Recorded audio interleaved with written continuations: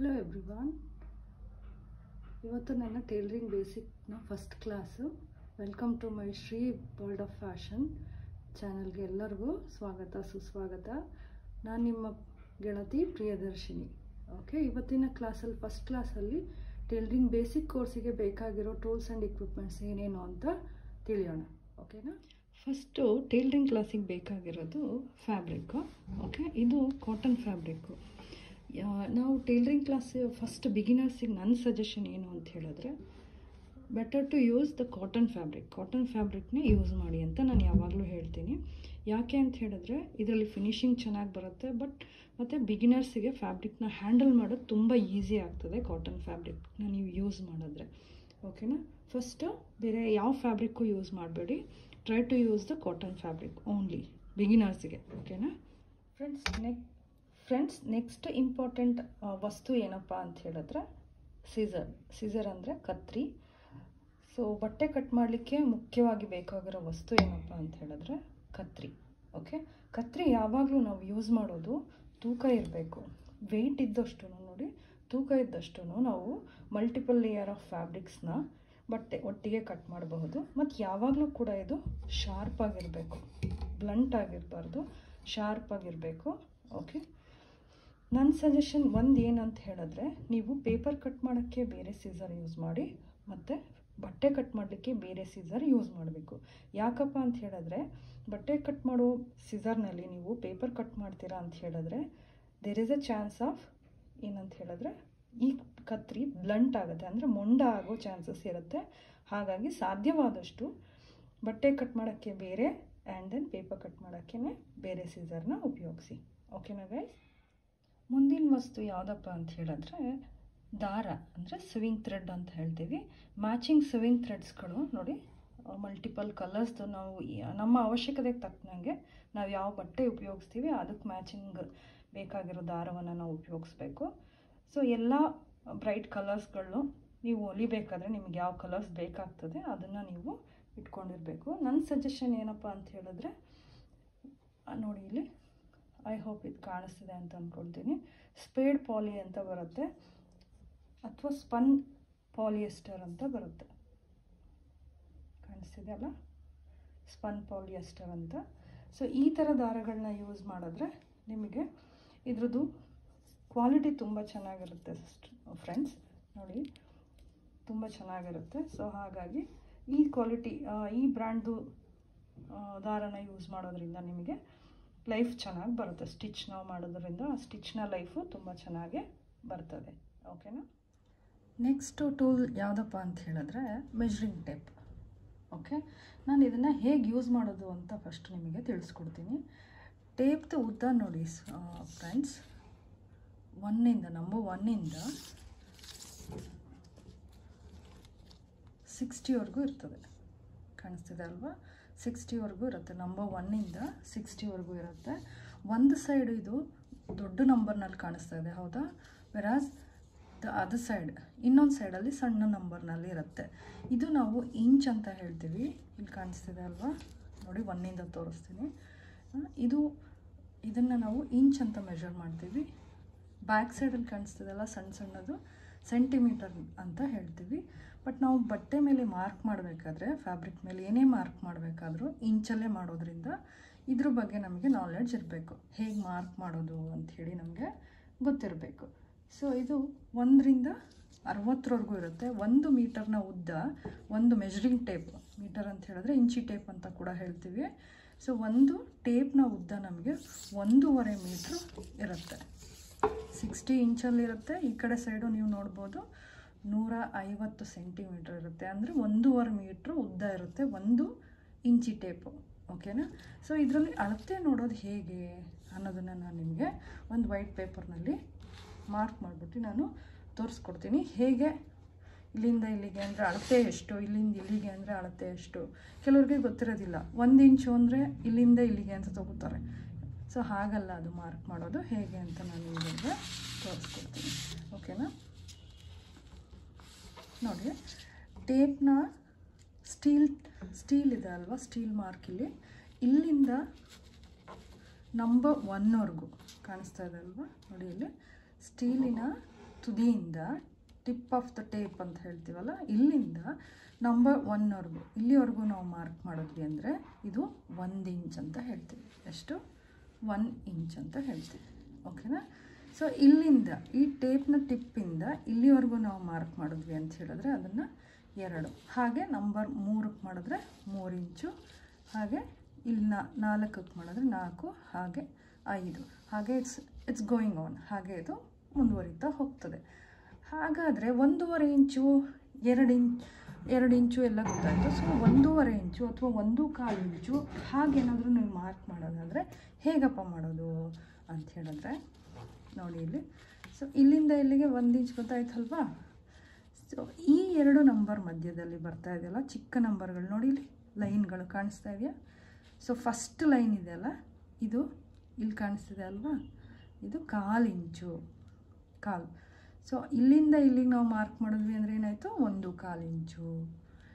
So ಇಲ್ಲಿಂದ ಇಲ್ಲಿ ದೊಡ್ಡ ಲೈನ್ ಕಾಣಿಸ್ತಾ ಇದೆಯಾ ಇನ್ನೊಂದು? ಎಲ್ರಿಗೂ ವಿಸಿಬಲ್ ಅಂತ ಅಂದ್ಕೊಳ್ತೀನಿ, ಹೌದಲ್ವಾ ಗೈಸ್?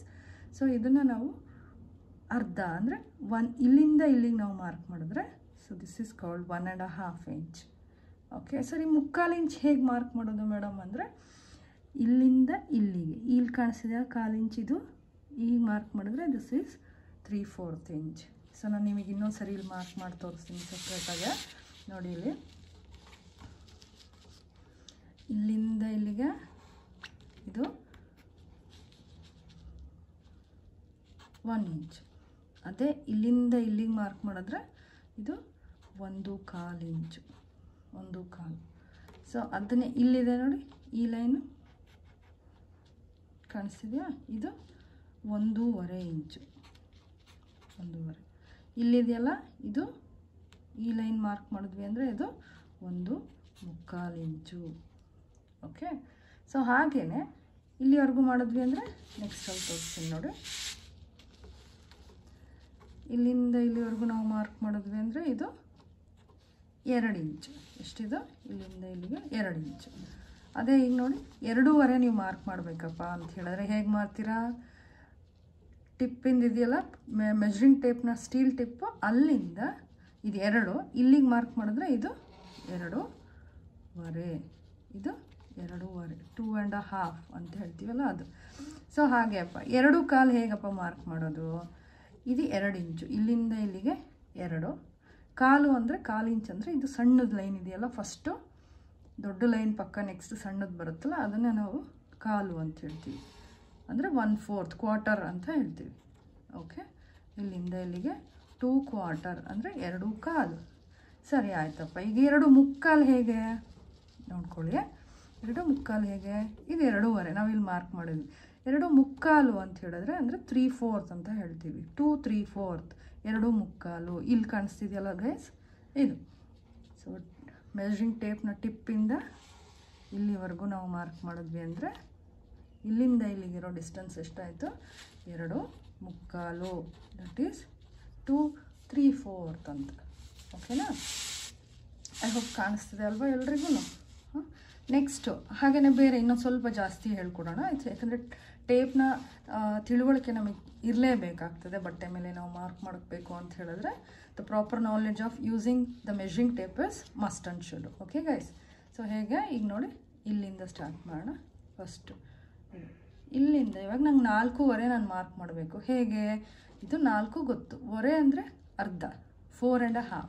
ಸೊ ಇಲ್ಲಿಗೆ ಇಲ್ಲಿಗೆ, ಸೊ ದಿಸ್ ಈಸ್ ಕಾಲ್ಡ್ 4.5. ಎಷ್ಟು? 4.25, 4.5. ಹಾಗೆ ಅಪ್ಪ ಈಗ ನಾನು 3.25 ಮಾರ್ಕ್ ಮಾಡಬೇಕು. ಹೇಗೆ ಮಾಡಲಿ? ಹೇಗೆ ಮಾಡ್ತೀರಾ? ದಿಸ್ ಈಸ್ 3/4 ಅಂದರೆ ಇದು 3/4 ಇಂಚು ಅಂದರೆ ಇಲ್ಲಿಂದ ಇಲ್ಲಿವರೆಗೂ. ಓಕೆ, ಇಲ್ಲಿಂದ ಇಲ್ಲಿವರೆಗೂ ನಾವು ಮಾರ್ಕ್ ಮಾಡಿದ್ರೆ ದಿಸ್ ಇಸ್ 3/4, 3.25 ಇಂಚು ಅಂತ. ಓಕೆನಾ? ನೆಕ್ಸ್ಟು ಹಾಗೆ ಸುಮ್ಮನೆ ಇನ್ನು ಸ್ವಲ್ಪ ಪ್ರಾಕ್ಟೀಸ್ ಆಗಲಿ ಅಂತ ಹೇಳಿ ನಾನು ಇನ್ನೊಂದು ಹೇಳ್ಕೊಡ್ತಾ ಇದ್ದೀನಿ. 5.25 ಹೇಗೆ ಮಾರ್ಕ್ ಮಾಡೋದು? 5 ಇಲ್ಲಿದೆ, 1/4 ಇಂಚು ಅಂತ ಹೇಳಿದ್ರೆ ಇದು. ಓಕೆನಾ? ಸೊ ಇಲ್ಲಿಂದ ಇಲ್ಲಿವರೆಗೂ ನಾವು ಇವಾಗ ಮಾರ್ಕ್ ಮಾಡಿದ್ವಿ ಅಂದರೆ 5 ಇಂಚು, ಅದ್ರ ಪಕ್ಕದಲ್ಲಿರೋ ಪುಟ್ಟ ಲೈನ್ವರೆಗೂ ಮಾಡಿದ್ವಿ ಅಂತ ಹೇಳಿದ್ರೆ ಫಸ್ಟ್ ಪುಟ್ಟ ಲೈನ್ಗೆ ಇದಕ್ಕೆ 5.25, 5/4. Okay guys, 5/4. ನೆಕ್ಸ್ಟು 6.5. 6.5 ಅಂದರೆ ಇಲ್ಲಿದೆ ನೋಡಿ, 6 ಪಕ್ಕದಲ್ಲಿ ಬರೋ ನೆಕ್ಸ್ಟ್ ದೊಡ್ಡ ಲೈನ್ ಯಾವ್ದು ಬರುತ್ತೆ ಅದನ್ನು ಅರ್ಧ ಅಂತ ಹೇಳ್ತೀವಿ. 6ರಿಂದ ನೆಕ್ಸ್ಟ್ ದೊಡ್ಡ ಲೈನ್ ಯಾವುದಿದೆ ಅದನ್ನು ನಾವು ಅರ್ಧ ಇಂಚು ಅಂತ ಹೇಳ್ತೀವಿ. ಸೊ ಇಲ್ಲಿಂದ ಸ್ಟೀಲ್ ಟಿಪ್ವರೆಗೂ ನಾವು ಮಾರ್ಕ್ ಮಾಡಿದ್ವಿ ಅಂತ ಹೇಳಿದ್ರೆ ಏನಿಷ್ಟಾಯಿತು, 6.5 ಇಂಚ್. ಓಕೆನಾ. ಸೊ ಬ್ಯಾಕ್ ಸೈಡಲ್ಲಿ ಯೂಸ್ ಮಾಡೋದು ಈಸಿ, ಯಾಕಂತ ಹೇಳಿದ್ರೆ 1, 2, 3, 4 ಹಾಗೆ ಇರುತ್ತೆ, ಸಣ್ಣ ಸಣ್ಣದು ಸೆಂಟಿಮೀಟ್ರಲ್ಲಿ. ಇದನ್ನು ನಾವೆಲ್ಲೂ ಯೂಸ್ ಮಾಡಲ್ಲ ಬಟ್ಟೆ ಮೇಲೆ ಮಾರ್ಕ್ ಮಾಡಬೇಕಾದ್ರೆ. ಸೊ ನಾವು ಯೂಶ್ವಲಿ ಯೂಸ್ ಮಾಡೋದು ಇಂಚಲ್ಲೇ. ಓಕೆನಾ. ಆದರೂ ಕೂಡ ತಿಳ್ಕೊಳ್ಳಿ, ನಂಬರ್ ಇರುತ್ತೆ ನೋಡಿ, 1ರಿಂದ ಫುಲ್ 150ವರೆಗೂ ಇರ್ತದೆ ಇದು ನಂಬರ್ಸ್ಗಳು. ಓಕೆ. ಸೊ ಇದರಲ್ಲಿ ಹೇಗಪ್ಪ ನೋಡೋದು ಅಂತ ಹೇಳಿದ್ರೆ ನೋಡಿ, ಈ ಒಂದು ಲೈನಿಂದ ಇನ್ನೊಂದು ಲೈನಿಗೆ ಇಲ್ಲಿ ಕಾಣಿಸ್ತಿದೆಯಲ್ಲ, ಈ ಲೈನಿಂದ ಈ ಲೈನಿಗೆ 1 ಸೆಂಟಿಮೀಟರ್ ಅಂತ ಹೇಳ್ತೀವಿ. ಆಯಿತಾ. ಮಧ್ಯದಲ್ಲಿ ಒಂದು ಪುಟ್ಟ ದೊಡ್ಡ ಲೈನ್ ಕಾಣಿಸ್ತಿದೆಯಲ್ಲ, ಇದನ್ನು ಅರ್ಧ ಅಂತ ಹೇಳ್ತೀವಿ. ಆಯಿತಾ. ಇಲ್ಲಿಂದ ಇಲ್ಲಿಗೆ ಇದು ಅರ್ಧ, 1.5 ಸೆಂಟಿಮೀಟರ್ ಅಂತ. ಓಕೆ. ಇದ್ರ ಬಗ್ಗೆ ಜಾಸ್ತಿ ಏನು ತಲೆ ಕೆಡಿಸ್ಕೊಳ್ಳೋದು ಬೇಡ ಗೈಸ್, ಯಾಕಂದರೆ ನಾವು ಯೂಸ್ ಮಾಡೋದು ಇದನ್ನೇ ಆಗಿರೋದ್ರಿಂದ ಇದನ್ನು ಚೆನ್ನಾಗಿ ಅರ್ಥ ಮಾಡ್ಕೊಳ್ಳೋಣ. ಓಕೆನಾ. ಐ ಹೋಪ್ ಇಲ್ಲಿ ನಾನು ಎಕ್ಸ್ಪ್ಲೈನ್ ಮಾಡಿರೋದೆಲ್ಲ ಅರ್ಥ ಆಗಿದೆ ಅಂತ ಅಂದ್ಕೊಳ್ತೀನಿ. ಓಕೆನಾ. ಮುಂದಿನ ವಸ್ತು ನಮಗೆ ಬೇಕಾಗಿರೋದು ಯಾವುದಪ್ಪ ಅಂತ ಹೇಳಿದ್ರೆ ಮಾರ್ಕಿಂಗ್ ಚಾಕ್ ಅಂತ ಹೇಳ್ತೀವಿ. ಸೊ ಮಾರ್ಕಿಂಗ್ ಚಾಕು ನಮಗೆ ಡಿಫ್ರೆಂಟ್ ಕಲರ್ಸಲ್ಲಿ ಅವೈಲಬಲ್ ಇರುತ್ತೆ. ಒಂದು ಬಾಕ್ಸ್ ತೊಗೋತೀವಿ ಅಂತ ಹೇಳಿದ್ರೆ ಗೈಸ್, ಅದರಲ್ಲಿ ಒಂದು 10 ಕಲರ್ಸ್ ಇರುತ್ತೆ. ಅದರಲ್ಲಿ ಡಿಫ್ರೆಂಟ್ ಶೇಪ್ಸಲ್ಲೂ ಅವೈಲಬಲ್ ಇರುತ್ತೆ ಮಾರ್ಕಿಂಗ್ ಚಾಕ್. ನನ್ನ ಹತ್ರ ನೋಡಿ ಇಲ್ಲಿ ಇವಾಗ ಇದು ಸ್ಕ್ವೇರ್ ಶೇಪಲ್ಲಿದೆ, ಹೌದಾ. ಸೊ ಹಾಗೆ ಇದು ಸರ್ಕಲ್ ಶೇಪು, ಟ್ರಯಾಂಗಲ್ ಶೇಪಲ್ಲೆಲ್ಲ ಇದು ಅವೈಲಬಲ್ ಇರುತ್ತೆ. ಏನಕ್ಕಪ್ಪ ಮಾರ್ಕಿಂಗ್ ಚಾಕ್ ಯೂಸ್ ಮಾಡ್ತೀವಿ ಅಂತ ಹೇಳಿದ್ರೆ, ನಾವು ಬಟ್ಟೆ ಮೇಲೆ ಮಾರ್ಕ್ ಮಾಡೋಕ್ಕೋಸ್ಕರ ಮಾರ್ಕಿಂಗ್ ಚಾಕ್ನ ಯೂಸ್ ಮಾಡ್ತೀವಿ. ನೋಡಿ ಇಲ್ಲಿ ನಾನು ಸುಮ್ಮನೆ ಹಾಗೆ ತೋರಿಸ್ತೀನಿ. ಲೈಕ್ ಹೀಗೇನಾದರೂ ಒಂದು ಡ್ರಾ ಮಾಡ್ತೀವಿ, ಮಾರ್ಕ್ ಏನಾದರೂ ಮಾಡ್ತೀವಿ ಬಟ್ಟೆ ಮೇಲೆ, ನೆಕ್ ಶೇಪು, ಬಾಡಿ ಮಾರ್ಕಿಂಗ್ಸ್ ಎಲ್ಲನೂ ಮಾಡ್ತೀವಿ ಅಂತ ಹೇಳಿದ್ರೆ ನಾವು ಮಾರ್ಕಿಂಗ್ ಚಾಕ್ಸ್ನ ಯೂಸ್ ಮಾಡ್ತೀವಿ. ಇದ್ರ ಮಾರ್ಕ್ ಏನು ಪರ್ಮನೆಂಟ್ ಅಲ್ಲ, ಇದು ನಂದು ಮಿಲ್ಟನ್ ಕ್ಲಾತು, ಇದ್ರ ಮೇಲೆ ನಾನು ಮಾರ್ಕ್ ಮಾಡಿರೋದ್ರಿಂದ ರಬ್ ಮಾಡೋದ್ರಿಂದ ಹೊರಟೋಗ್ತದೆ. Okay. No worry about the markings. ಅಯ್ಯೋ ಪರ್ಮನೆಂಟಾಗಿ ಉಳಿಯುತ್ತಾ ಅಂತ ಅಲ್ಲ, it's not permanent. The markings are not permanent. ಆಯಿತಾ. ಮಾರ್ಕಿಂಗ್ ಚಾಕ್ಸು ನಮಗೆ ಬೇಕಾಗಿರೋ ಲೈಟ್ ಕಲರ್ ಬಟ್ಟೆಗೆ dark colour marking chalks, and dark colour ಬಟ್ಟೆನಲ್ಲಿ ನಾವು ಲೈಟ್ ಕಲರ್ ಮಾರ್ಕಿಂಗ್ ಚಾಕ್ಸ್ನ ಯೂಸ್ ಮಾಡೋದು ಉತ್ತಮ. ಓಕೆನಾ. ನೆಕ್ಸ್ಟು ವಸ್ತು ಏನಪ್ಪ, ನೆಕ್ಸ್ಟ್ ಐಟಮ್ ಏನು ಅಂತ ಹೇಳಿದ್ರೆ ನೀಡಲ್ಸ್ ಅಥವಾ ಸೂಜಿ ಅಂತ ಹೇಳ್ತೀವಿ. ಕಾಣಿಸ್ತಿದೆ ಅಲ್ವಾ. ಸೊ ನಾನು ಒಂದು ಬಾಕ್ಸು ಇಟ್ಕೊಂಡಿದ್ದೀನಿ. ಇದರಲ್ಲಿ ನಿಮಗೆ ವೆರೈಟಿ ಆಫ್ ನೀಡಲ್ಸು ಅವೈಲಬಲ್ ಇರುತ್ತೆ. ಅಂದರೆ ತುಂಬ ವೆರೈಟಿ ಆಫ್ ಸೂಜಿ ಇದರಲ್ಲಿ ಇರುತ್ತೆ. ನೋಡಿ ಕಾಣಿಸ್ತಿದೆ ಅಲ್ವಾ. ಹೆಮ್ಮಿಂಗಿಗೆ ಯೂಸ್ ಮಾಡೋ ಸೂಜಿ ಬೇರೆ ಇರುತ್ತೆ, ದಪ್ಪ ಸೂಜಿ ಕಾಣಿಸ್ತಿದೆ ಅಲ್ಲ, ಡಾರ್ನಿಂಗಿಗೆ. ಇಲ್ಲಿ ನೋಡಿ ಇದು ದಪ್ಪ, ತುಂಬ ದಪ್ಪ ಇದೆ. ದಪ್ಪ ಅಂತ ಇನ್ ದ ಸೆನ್ಸ್ ಅಂದರೆ ಅದರದ್ದು ಓಪನ್ ಮಾಡಿ ತೋರಿಸ್ತೀನಿ ನೋಡಿ. ನೋಡಿ ಕಾಣಿಸ್ತಿದೆ ಅಲ್ಲ. ಓಪನ್ ಮಾಡಲಿಕ್ಕೆ ಇಲ್ಲಿ ಹೋಲ್ ಇರುತ್ತೆ ನೋಡಿ. ನಾವು ಯೂಸ್ ಮಾಡಿದ್ಮೇಲೆ ಅದನ್ನು ಹಿಂಗೆ ರೊಟೇಟ್ ಮಾಡಿದ್ವಿ ಅಂದರೆ ಲಾಕ್ ಆಗ್ತದೆ. ಅಂದರೆ ಸೂಜಿ ಎಲ್ಲೂ ಬಿದ್ದು ಹೋಗಲ್ಲ, ಕಳೆದು ಹೋಗೋದಿಲ್ಲ. ಓಕೆನಾ. ನೋಡಿ ಇಲ್ಲಿ ಇದ್ರದ್ದು ಕಣ್ಣು ತುಂಬ ದೊಡ್ಡದಿದೆ, ಮತ್ತು ಡೈಮೆನ್ಷನ್ ಆಫ್ ದ ನೀಡಲ್ ಇದು ತುಂಬ ಸ್ವಲ್ಪ ದಪ್ಪ ಇದೆ. ಬೇರೆದು ನೋಡಿ ಇನ್ನೊಂದು ತೋರಿಸ್ತೀನಿ. ಹೆಮ್ಮಿಂಗಿಗೆಲ್ಲ ಯೂಸ್ ಮಾಡ್ತೀವಲ್ಲ, ಸೊ ಹೆಮ್ಮಿಂಗಿಗೆ ನಾವು ತುಂಬ ಥಿನ್ನಿರೋ ನೀಡಲ್ನ, ತುಂಬ ತೆಳ್ಳಗಿರೋ ನೀಡಲ್ನ ಯೂಸ್ ಮಾಡ್ತೀವಿ. ಕಾಣಿಸ್ತಿದೆ ಅಲ್ಲ. ಸೊ ಇದ್ರದ್ದು ಕಣ್ಣು ಕೂಡ ನೋಡಿ ಇಲ್ಲಿ.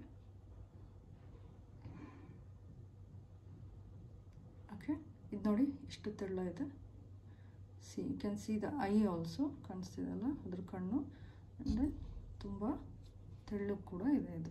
ಇದನ್ನು ನಾವು ಹೆಮ್ಮಿಂಗಿಗೆ ಆ್ಯಂಡ್ ದೆನ್ ಹುಕ್ಸ್ ಹಾಕಲಿಕ್ಕೆ, ಕಾಜಾ ಬಟನ್ ಮಾಡೋದು ಅಂತ ಹೇಳಿ, ಐಲೆಟ್ ಅಂತ ಹೇಳ್ತೀವಲ್ಲ, ಅದಕ್ಕೆಲ್ಲನೂ ಯೂಸ್ ಮಾಡ್ತೀವಿ. ಸೊ ಈ ಥರದೊಂದು ನೀವು ಇಟ್ಕೊಂಡ್ರಿ ಅಂತ ಹೇಳಿದ್ರೆ, ನೀಡಲ್ ಬಾಕ್ಸ್ ಒಂದನ್ನು ಪರ್ಚೇಸ್ ಮಾಡಿದ್ರಿ ಅಂತ ಹೇಳಿದ್ರೆ ನೀಡಲ್ ಎಲ್ಲೂ ಮಿಸ್ಪ್ಲೇಸ್ ಆಗಲ್ಲ. ನೋಡಿ ಆಫ್ಟರ್ ಯೂಸ್ ಉಪಯೋಗಿಸಿದ ನಂತರ ಮತ್ತೆ ಅದರೊಳಗೆ ಹಾಕ್ಬಿಟ್ಟು ನಾವು ಹೀಗೆ ರೊಟೇಟ್ ಮಾಡಿದ್ವಿ ಅಂತ ಹೇಳಿದ್ರೆ, ಕಾಣಿಸ್ತಿದೆಯಾ, ಹೀಗೆ ರೊಟೇಟ್ ಮಾಡಿದ್ವಿ ಅಂತ ಹೇಳಿದ್ರೆ ಕಳೆದು ಹೋಗಲ್ಲ, ಒಂದೇ ಕಡೆ ಇರ್ತದೆ. ಇದನ್ನು ನಾವು ಟ್ರಿಮ್ಮರ್ ಅಂತ ಹೇಳ್ತೀವಿ. ಟ್ರಿಮ್ಮರ್ ಅಂತ ಹೇಳಿದ್ರೆ ನೋಡಿ ಥ್ರೆಡ್ ಕಟ್ ಮಾಡಲಿಕ್ಕೋಸ್ಕರ ಯೂಸ್ ಮಾಡುವ ಒಂದು ಐಟಮ್ ಇದು. ಮಷಿನ್ ಮೇಲೆ ಕೂತ್ಕೊಂಡಾಗ ನಾವು ಥ್ರೆಡ್ ಸ್ಟಿಚ್ ಕಂಪ್ಲೀಟ್ ಆದಮೇಲೆ ಥ್ರೆಡ್ ಕಟ್ ಮಾಡಬೇಕಾಗಿರುತ್ತಲ್ವ, ಅಂಥ ಕಡೆ ನಾವು ಇದು ಟ್ರಿಮ್ಮರ್ನ ಹ್ಯಾಂಡಿಯಾಗಿ ಯೂಸ್ ಮಾಡ್ಬೋದು. Instead of using every time, ಪ್ರತಿ ಸರಿ ದೊಡ್ಡ ಸೀಸರ್ ಯೂಸ್ ಮಾಡೋ ಬದಲು ಇದನ್ನು ನಾವು ಟ್ರಿಮ್ಮರ್ನ ಯೂಸ್ ಮಾಡೋದು ತುಂಬ ಒಳ್ಳೆಯದು. ಇಲ್ಲಿ ನೋಡಿ ಫ್ರೆಂಡ್ಸ್, ಇದನ್ನು ನಾವು ಸೀಮ್ ರಿಪ್ಪರ್ ಅಂತ ಹೇಳ್ತೀವಿ.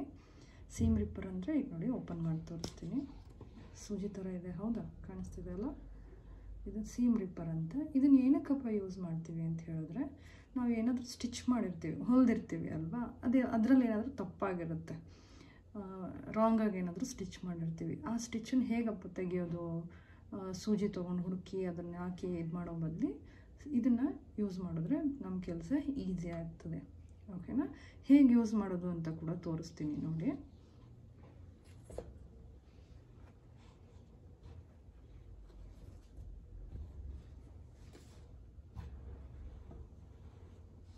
ನೋಡಿ ಇಲ್ಲಿ ನಾನು ಇಲ್ಲಿ ಸ್ಟಿಚ್ ಮಾಡಿದ್ದೀನಿ, ಬಟ್ ಇದು ಕಾಣಿಸ್ತಿದೆ ಅಲ್ವಾ, ಇದು ರಾಂಗಾಗಿ ಸ್ಟಿಚ್ ಮಾಡಿದ್ದೀನಿ ಅಂತ ಅಂದ್ಕೊಳ್ಳಿ.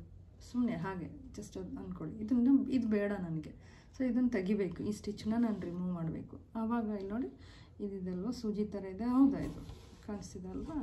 ಸೊ ಇದನ್ನು ಸ್ಟಿಚ್ ಒಳಗಡೆ ಹೀಗೆ ಹಾಕಿ, ಕಾಣಿಸ್ತಿದೆಯಾ, ಹೀಗೆ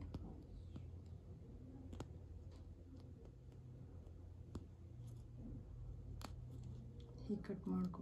ಅದು ಶಾರ್ಪ್ ಇರುತ್ತೆ, ಈ ಎಡ್ಜ್ ಇದೆ ಅಲ್ವಾ, ಇಲ್ಲಿ ಕಾಣಿಸ್ತಿದೆ ಅಲ್ವ, ಈ ಎಡ್ಜು ಇದು ತುಂಬ ಸ್ವಲ್ಪ ಶಾರ್ಪ್ ಇರುತ್ತೆ. ಸೊ ಹಾಗಾಗಿ ಈಸಿಯಾಗಿ ಕಾಣಿಸ್ತಿದೆ ಅಲ್ಲ, ಇದು ಶಾರ್ಪ್ ಇರುತ್ತೆ ಈ ತುದಿ ಇಲ್ಲಿ, ಅದರಿಂದ ನಮ್ಮದು ದಾರ ಈಸಿಯಾಗಿ ಕಟ್ ಆಗ್ತದೆ. ನೋಡಿ ಇಲ್ಲಿ ಕಾಣಿಸ್ತಿದೆಯಾ, ಹೀಗೆ. ಸೊ ಬೇಡವಾಗಿರೋ ಸ್ಟಿಚ್ಚನ್ನು ರಿಮೂವ್ ಮಾಡೋದಕ್ಕೆ ನಾವು ಸೀಮ್ ರಿಪ್ಪರ್ನ ಯೂಸ್ ಮಾಡ್ತೀವಿ. ಓಕೆ, ನೋಡಿ ಫ್ರೆಂಡ್ಸ್, ಇದನ್ನು ನಾವು ಆರ್ಮ್ ಹೋಲ್ ಶೇಪರ್ ಅಂತ ಹೇಳ್ತೀವಿ. ಆರ್ಮ್ ಹೋಲ್ ಶೇಪರ್ ಅಂತ ಹೇಳಿದ್ರೆ ಕಂಕ್ಳಿಂದ ಶೇಪ್ ಕೊಡೋಕ್ಕೋಸ್ಕರ ಯೂಸ್ ಮಾಡೋ ಒಂದು ಟೂಲ್ ಇದು. ಇದನ್ನು ನಾವು ಆರ್ಮ್ ಹೋಲ್ ಶೇಪರ್ ಅಂತ ಹೇಳ್ತೀವಿ. ಓಕೆ, ಇದನ್ನು ಯೂಸ್ ಮಾಡ್ಕೊಂಡು ನಾವು ಕಂಕ್ಲಿನ್ ಶೇಪು, ಹಾಗೆ ನೆಕ್ ಶೇಪ್ಸ್ ಕೊಡೋದಾದರೆ, ಬೇರೆ ಎಲ್ಲೆಲ್ಲಿ ರಿಕ್ವೈರ್ಮೆಂಟ್ಸ್ ಇರುತ್ತೆ ಶೇಪ್ಸ್ ಕೊಡೋದಕ್ಕೆ, ಇದನ್ನು ಯೂಸ್ ಮಾಡ್ಕೊಂಡು ಕೊಡ್ತೀವಿ. ಒಂದು ಹಾಗೆ ತೋರಿಸ್ತೀನಿ ನೋಡಿ.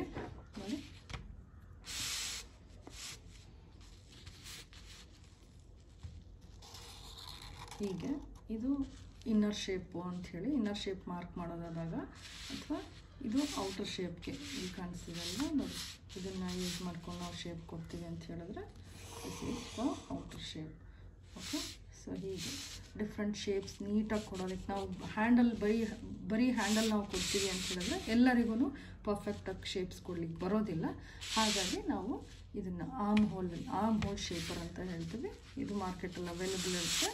ಇದನ್ನು ಯೂಸ್ ಮಾಡೋದ್ರಿಂದ ನೀಟಾಗಿ ನಮ್ಮ ಕೆಲಸ ಅಕ್ಯುರೇಟಾಗಿ ಸ್ಮಾರ್ಟಾಗಿ ವರ್ಕ್ ಕೂಡ ಮಾಡ್ಬೋದು. ಓಕೆ, ನೆಕ್ಸ್ಟ್ ಬೇಕಾಗಿರೋದು ನೋಡಿ students, long scale. This is called L scale ಅಂತ ಹೇಳ್ತೀವಿ. ಇದನ್ನು ಡ್ರಾಫ್ಟಿಂಗ್ ಟೂಲ್ ಅಂತ ಕೂಡ ಕರಿತೀವಿ. ಇದನ್ನು ಮಾರ್ಕಿಂಗಿಗೆ, ಬಟ್ಟೆ ಮೇಲೆ ನಾವು ಮಾರ್ಕ್ ಮಾಡ್ತಾ ದೊಡ್ಡದು ಇವಾಗ ಚೂಡಿದಾರ್ ಟಾಪ್ಸು ಅಥವಾ ಪ್ಯಾಂಟ್ಸ್ಗಳು, ಪ್ಲಾಜೋ ಪ್ಯಾಂಟ್ಸು, ಏನೋ ಪ್ಯಾಂಟ್ಸ್ ಅದೆಲ್ಲ ಮಾರ್ಕ್ ಮಾಡಬೇಕಾದ್ರೆ ನಮಗೆ ದೊಡ್ಡ ಸ್ಕೇಲು ತುಂಬಾ ಯೂಸ್ ಆಗ್ತದೆ. ಹಾಗೆ ಇದನ್ನು ನಾವು ಲೆಗ್ ಶೇಪರ್ ಅಂತ ಹೇಳ್ತೀವಿ. ಕಾಣಿಸ್ತಿದೆ ಅಲ್ವಾ ನೋಡಿ, ಇದು ಹೇಗಿದೆ ಅಂತ, ಕರ್ವ್ ಶೇಪಲ್ಲಿರೋ ಸ್ಕೇಲು.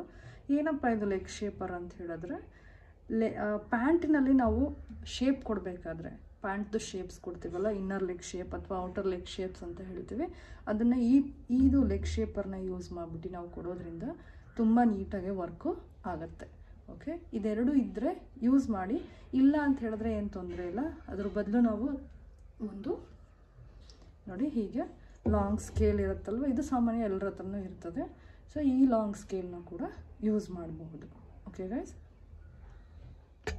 ನೋಡಿ ಫ್ರೆಂಡ್ಸ್, ಇದು ನೆಕ್ಸ್ಟ್ ಐಟಮ್ ಏನಪ್ಪ ಅಂತ ಹೇಳಿದ್ರೆ ಎಲಾಸ್ಟಿಕ್. ಕಾಣಿಸ್ತಿದೆ ಅಲ್ವಾ ನೋಡಿ, ಸ್ಟಿಚ್ ಆಗ್ತಿದೆ, ಹೌದಾ. ಸೊ ಇದನ್ನು ನಾವು ಎಲಾಸ್ಟಿಕ್ ಅಂತ ಹೇಳ್ತೀವಿ. ಇದು ನಮಗೆ ಬೇರೆ ಬೇರೆ ಬಿಡ್ತ್ನಲ್ಲಿ, ಸೈಜಲ್ಲಿ, ಇದು 1 ಇಂಚ್ ಇದೆ, ಇಲ್ಲಿ ನೋಡಿ ಇದು 1 ಇಂಚ್ ಇದೆ. ಹಾಗೆ ಸಣ್ಣ ಬೇಬಿ ಎಲಾಸ್ಟಿಕ್ ಅಂತ ಬರುತ್ತೆ, 1/4 ಇಂಚಿಂದು, ಅರ್ಧ ಇಂಚಿಂದು, ಸೊ 1 ಇಂಚು, 1.5 ಇಂಚು, 2 ಇಂಚು, ಹೀಗೆ ಬೇರೆ ಬೇರೆ ಸೈಜಸ್ನಲ್ಲಿ ಎಲಾಸ್ಟಿಕ್ ಅವೈಲಬಲ್ ಇರುತ್ತೆ. ಸೊ ಎಲಾಸ್ಟಿಕ್ನ ನಾವು ಎಲ್ಲಪ್ಪ ಯೂಸ್ ಮಾಡ್ತೀವಿ ಅಂತ ಹೇಳಿದ್ರೆ, ಕಿಡ್ಸ್ ಗಾರ್ಮೆಂಟ್ಸ್ನಲ್ಲಿ ಲೈಕ್ ಬರ್ಮುಡಾ ಆ ಥರ ಎಲ್ಲ ಯೂಸ್ ಮಾಡ್ತೀವಲ್ಲ, ಪ್ಯಾಂಟು, ಶಾರ್ಟ್ಸು, ಬಾಕ್ಸರ್ಸ್ ಅಂತೆಲ್ಲ ಹೇಳ್ತೀವಲ್ಲ ಅಲ್ಲಿ, ಹಾಗೆ ಅಡಲ್ಟ್ಸ್ ಗಾರ್ಮೆಂಟ್ಸಲ್ಲಿ ಪ್ಯಾಂಟ್ಗಳಲ್ಲಿ ಪಲಾಜೋ ಪ್ಯಾಂಟ್ಸ್ ಆಗಿರ್ಬೋದು, ಬೇರೆ ಫಾರ್ಮಲ್ ಪ್ಯಾಂಟ್ಸಲ್ಲಿ ಬ್ಯಾಕ್ ಸೈಡು ಎಲಾಸ್ಟಿಕ್ ಇರುತ್ತೆ, ಫ್ರಂಟಲ್ಲಿ ನಿಮಗೆ ಕ್ಯಾನ್ವಾಸ್ ಹಾಕಿ ಫಿನಿಶ್ ಮಾಡಿರ್ತಾರೆ. ಸೊ ಹಾಗೆ ಎಲಾಸ್ಟಿಕ್ನ ನಾವು ಬೇರೆ ಬೇರೆ ಪರ್ಪಸ್ಸಿಗೋಸ್ಕರ ಯೂಸ್ ಮಾಡ್ತೀವಿ. ಓಕೆ, ಸೊ ನೆಕ್ಸ್ಟ್ ವಸ್ತು ಏನಪ್ಪ ಅಂತ ಹೇಳಿದ್ರೆ ಇದೇನಪ್ಪ ಪೇಪರ್ ಥರ ಇದೆ ಅಂತ ಅಂದ್ಕೊಳ್ತೀರಾ ಅಲ್ವಾ? ನೋಡಿ, ಹೌದಲ್ಲ, ಪೇಪರ್ ಥರ ಇದೆ. ಏನಿದು? ಇದನ್ನು ನಾವು ಕ್ಯಾನ್ವಾಸ್ ಅಂತ ಹೇಳ್ತೀವಿ, ಪೇಪರ್ ಕ್ಯಾನ್ವಾಸ್ ಅಂಥೇಳಿ. ಓಕೆನಾ? ಸೊ ಕ್ಯಾನ್ವಾಸಲ್ಲಿ ವೆರೈಟಿ ಆಫ್ ಕ್ಯಾನ್ವಾಸ್ ಯೂಸ್ ಮಾಡ್ಬೋದು. ಲೇಡೀಸ್ ಗಾರ್ಮೆಂಟ್ಸ್ಗೆ ಬೇರೆ ಯೂಸ್ ಮಾಡ್ತೀವಿ, ಹಾಗೆ ಜೆಂಟ್ಸ್ ಗಾರ್ಮೆಂಟ್ಸ್ಗೆ ಬೇರೆ ಯೂಸ್ ಮಾಡ್ತೀವಿ. ಸೊ ಇದು ತುಂಬ ಥಿನ್ ಇರುತ್ತೆ, ನೋಡಿ ಕಾಣಿಸ್ತಿದೆ ಅಲ್ಲ, ಟ್ರಾನ್ಸ್ಪರೆಂಟ್ ಹಾಗೆ. ಸೊ ಇದನ್ನು ಪೇಪರ್ ಕ್ಯಾನ್ವಾಸ್ ಅಥವಾ ಥಿನ್ ಕ್ಯಾನ್ವಾಸ್ ಅಂತ ಹೇಳ್ತೀವಿ. ಯೂಶಲಿ ಈ ಕ್ಯಾನ್ವಾಸ್ನ ನಾವು ಲೇಡೀಸ್ ಗಾರ್ಮೆಂಟ್ಸಲ್ಲಿ, ಕಿಡ್ಸ್ ಗಾರ್ಮೆಂಟ್ಸಲ್ಲಿ ಯೂಸ್ ಮಾಡ್ತೀವಿ. ಇದು ಹೇಗಿರುತ್ತಪ್ಪ ಅಂತ ಹೇಳಿದ್ರೆ, ಯು ಕ್ಯಾನ್ ಸಿ ಹಿಯರ್, ನೋಡಿ ಶೈನಿಂಗ್ ಕಾಣಿಸ್ತಿದೆ, ಹೌದಾ? ಸೊ ಇದು ಗಮ್ ಪೋರ್ಷನ್ ಇರೋ ಪಾರ್ಟ್. ಇದರಲ್ಲಿ ಗಮ್ ಪೋರ್ಷನ್ ಇರುತ್ತೆ on the other side, whereas on the other side ಇನ್ನೊಂದು ಸೈಡಲ್ಲಿ ನೋಡಿ ರಫ್ ಆಗಿರುತ್ತೆ, ಕಾಣಿಸ್ತಿದೆ ಅಲ್ಲ ಫ್ರೆಂಡ್ಸ್? ನೋಡಿ, ಸೊ ಒಂದು ಸೈಡು ಹೀಗೆ ಶೈನಿಂಗ್ ಇರುತ್ತೆ, ನೋಡಿ ಕಾಣಿಸ್ತಿದೆ ಅಲ್ಲ, shining. So this is called adhesive part, ಅಂದರೆ gum part of the canvas. ಇದು ಪ್ಲೇನ್ ರಫ್ ಆಗಿರುತ್ತಲ್ಲ ಅದು. ಸೊ ಈ ಶೈನಿಂಗ್ ಪೋರ್ಷನ್ ಏನಿದೆಯಲ್ಲ ಅದನ್ನು ಬಟ್ಟೆ ಮೇಲೆ ಹೀಗಿಟ್ಟು ಐರನ್ ಮಾಡೋದ್ರಿಂದ ಅಂಟ್ಕೊಂಡ್ಬಿಡುತ್ತೆ. ಸೊ ಇದು ಏನಕ್ಕೆ ಯೂಸ್ ಆಗುತ್ತೆ? ಪೇಪರ್ ಕ್ಯಾನ್ವಾಸಿನ ಏನಕ್ಕೆ ಯೂಸ್ ಮಾಡ್ತೀವಿ? ನೆಕ್ ಶೇಪ್ಸ್ ಕೊಡಲಿಕ್ಕೆ, ಆಯಿತಾ? ಕತ್ತಿನ ಶೇಪ್ಸ್ ಎಲ್ಲ different types of neck shapes ಕೊಡ್ತೀವಲ್ಲ, ಆಗ ನಾವು ನೀಟ್ ಫಿನಿಶಿಂಗ್ ಬೇಕು ಅಂತ ಹೇಳಿದ್ರೆ ನಾವು ಪೇಪರ್ ಕ್ಯಾನ್ವಾಸ್ ಯೂಸ್ ಮಾಡೋದ್ರಿಂದ ತುಂಬ ಚೆನ್ನಾಗಿ ನೆಕ್ ಫಿನಿಶಿಂಗ್ ತುಂಬ ಚೆನ್ನಾಗಿ ಬರ್ತದೆ ಫ್ರೆಂಡ್ಸ್. ಓಕೆ, ಸೊ ನಾನು ಒಂದು ಸುಮ್ಮನೆ ಹಾಗೆ ಇಲ್ಲಿ ರಫ್ ಆಗಿ ಮಾಡಿದ್ದೀನಿ, ನೋಡಿ ಕಾಣಿಸ್ತಿದೆಯಾ? ಸರಿ, ತೋರಿಸ್ತೀನಿ ನೋಡಿ.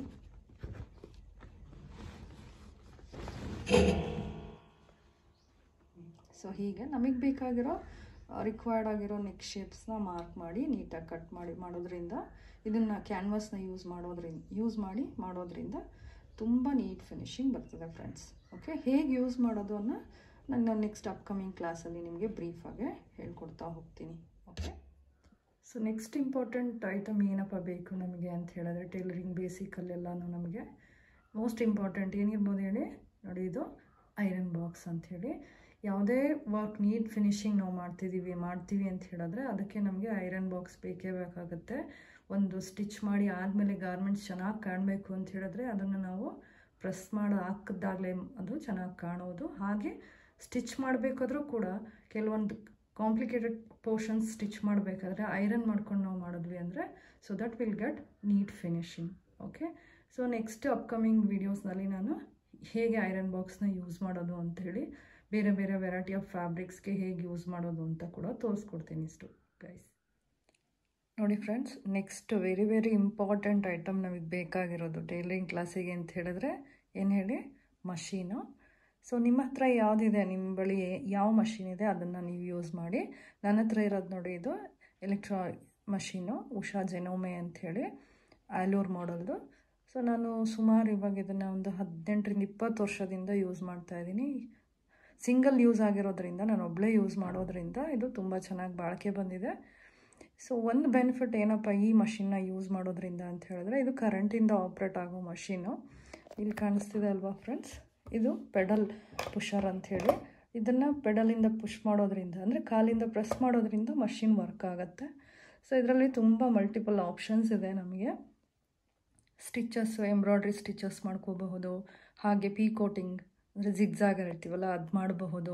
ಬೇರೆ ಬೇರೆ ಎಂಬ್ರಾಯ್ಡ್ರಿ ಸ್ಟಿಚಸ್ ನೋಡಿ ಇಲ್ಲಿ ಕಾಣಿಸ್ತಾ ಇದೆ ಅಲ್ಲ, ವೆರೈಟಿ ಆಫ್ ಸ್ಟಿಚಸ್ನ ನಾವು ಮಾಡ್ಕೋಬಹುದು. ಓಕೆ, ಜಿಗ್ಜಾಗ್ ಕೂಡ ಮಾಡ್ಕೋಬೋದು. ಓವರ್ಲಾಕ್ ಬಟ್ಟೆ ರಾ ಎಡ್ಜಸ್ ಇರುತ್ತಲ್ಲ ಅದು ಕೂಡ ನಾವು ನೀಟ್ ಫಿನಿಶಿಂಗ್ ಮಾಡ್ಕೋಬೋದು ಓವರ್ಲಾಕ್ ಸ್ಟಿಚ್ ಹಾಕ್ಕೊಂಡು. ಸೊ ನನ್ನ ಹತ್ರ ಈ ಮಷೀನ್ ಇದೆ. ಸೊ ನಿಮ್ಮ ಬಳಿ ಯಾವುದಿದೆ, ನಿಮ್ಮ ಹತ್ರ ಯಾವುದಿದೆ ಆ ಮಷೀನ್ನ ಯೂಸ್ ಮಾಡಿ. ಇನ್ ಕೇಸ್ ಹೊಸಬ್ರು ಯಾರಾದರೂ ಪರ್ಚೇಸ್ ಮಾಡಬೇಕು ಅಂತ ಅಂದ್ಕೊಂಡಿದ್ರೆ ನನ್ನ ಸಜೆಷನ್ನು ಈ ಥರ ಕರೆಂಟ್ ಪವರ್ ಆಪ್ರೇಟೆಡ್ ಮಷಿನ್ಸ್ ಇರುತ್ತಲ್ಲ ಅದನ್ನು ತೊಗೊಳ್ಳಿ. ಒಂದು ಸರಿ ತೊಗೊಳೋದ್ರಿಂದ ಅದರಿಂದ ತುಂಬ ಉಪಯೋಗ ಇರುತ್ತೆ ಫ್ರೆಂಡ್ಸ್. ಓಕೆನಾ? ಸೊ ಇವತ್ತಿಗೆ ಆಲ್ಮೋಸ್ಟ್ ನಾನು ಟೈಲರಿಂಗ್ ಬೇಸಿಕ್ ಕೋರ್ಸ್ ಸ್ಟೂಡೆಂಟ್ಸಿಗೆ ಬಿಗಿನರ್ಸಿಗೆ ಏನೇನು ಟೂಲ್ಸ್ ಆ್ಯಂಡ್ ಎಕ್ವಿಪ್ಮೆಂಟ್ಸ್ ರಿಕ್ವೈರ್ಮೆಂಟ್ ಇದೆ ಅನ್ನೋದನ್ನು ಇವತ್ತಿನ ವಿಡಿಯೋನಲ್ಲಿ ತೋರಿಸ್ಕೊಟ್ಟಿದ್ದೀನಿ. ಐ ಹೋಪ್ ಎಲ್ಲರಿಗೂ ಇಷ್ಟ ಆಯಿತು ಅಂದ್ಕೊಳ್ತೀನಿ. ಎಕ್ಸ್ಪ್ಲನೇಷನ್ ಕೂಡ ಇಷ್ಟ ಆಗಿದೆ ಅಂದ್ಕೊಳ್ತೀನಿ. ಸೊ ಇಷ್ಟ ಆಗಿದರೆ ದಯವಿಟ್ಟು ನನ್ನ ವಿಡಿಯೋಗೆ ಒಂದು ಲೈಕ್ ಮಾಡಿ, ಹಾಗೆ ನೋಟಿಫಿಕೇಷನ್ ಎಲ್ಲ ಸಿಗಬೇಕು ಅಂತ ಹೇಳಿದ್ರೆ ಸಬ್ಸ್ಕ್ರೈಬ್ ಬಟನ್ನ ಪ್ರೆಸ್ ಮಾಡಿ, ಬೆಲ್ ಐಕನ್ನ ಪ್ರೆಸ್ ಮಾಡಿ ಫ್ರೆಂಡ್ಸ್. ಹೀಗೆ ಎನ್ಕರೇಜ್ ಮಾಡಿ. Thank you so much.